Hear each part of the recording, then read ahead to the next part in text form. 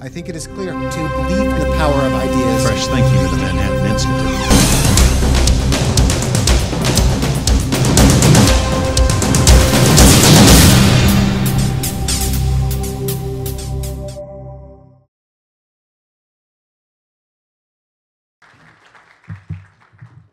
Thank you, Larry, and no thank you.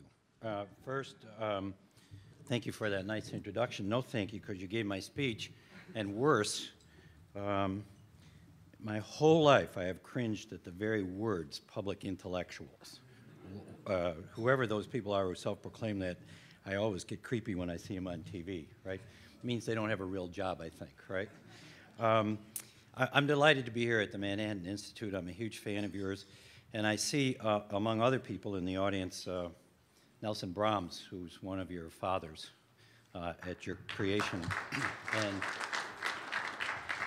for a long time in my career, I sojourned in the insurance industry and got to know Nelson and several of his wonderful folks at the Equitable Society.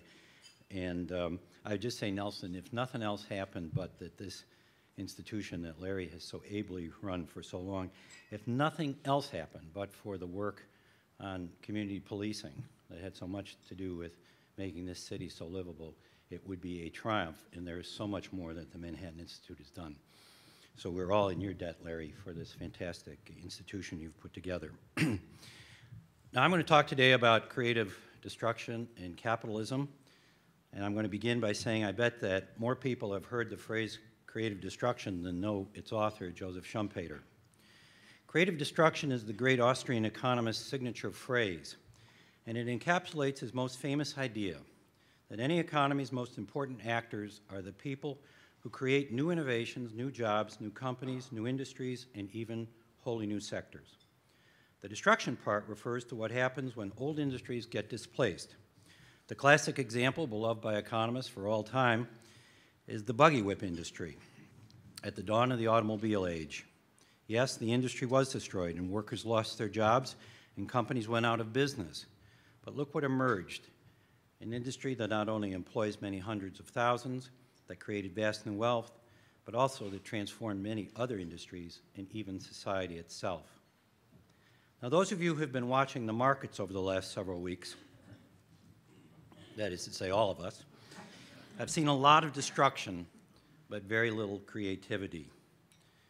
Except, sad to say, from the government.